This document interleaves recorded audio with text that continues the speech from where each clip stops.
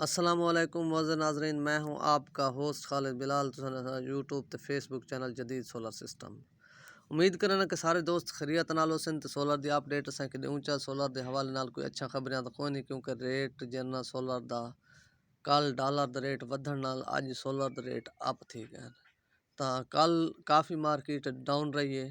तो अज दी मार्केट सूरत हाल जी इन्फॉर्मेशन मिलती पई है, उनके मुताबिक मैं दोस्त काफ़ी सारे इंतजार दे विच उन्होंने तक शेयर कर छोड़ूँ, क्योंकि फिलहाल भी सूरत हाल जी बनती पई है इंदे च भी कोई कन्फर्म कोई नहीं थींदा पिया कि अग्गां क्या बनती है कल तक शाम तक।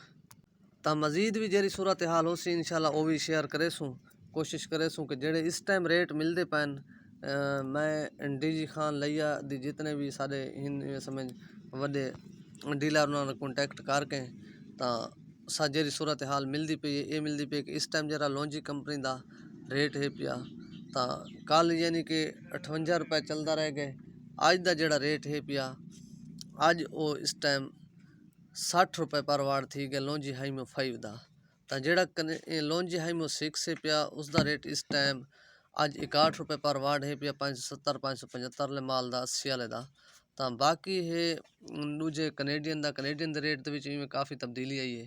तो वो भी पहले यानी कि 54 रुपया 53 रुपया चलता रह गया सारे लिए अज अज का रेट उनका 56.5 रुपये पर वाट है।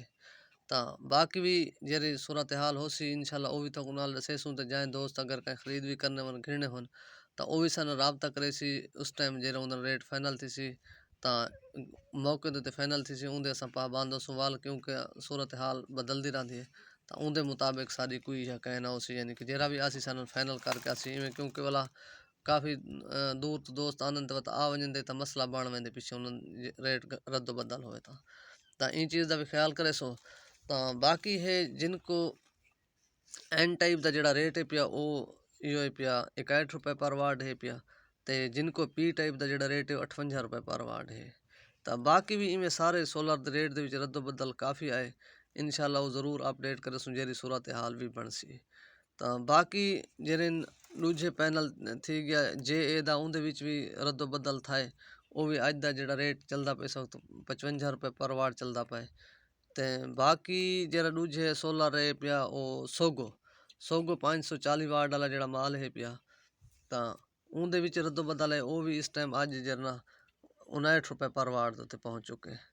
और इंदे तो इलावा बाकी इनवरेक्स का अज 64 रुपये का रेट है पिया वो भी 550 वाला माल है।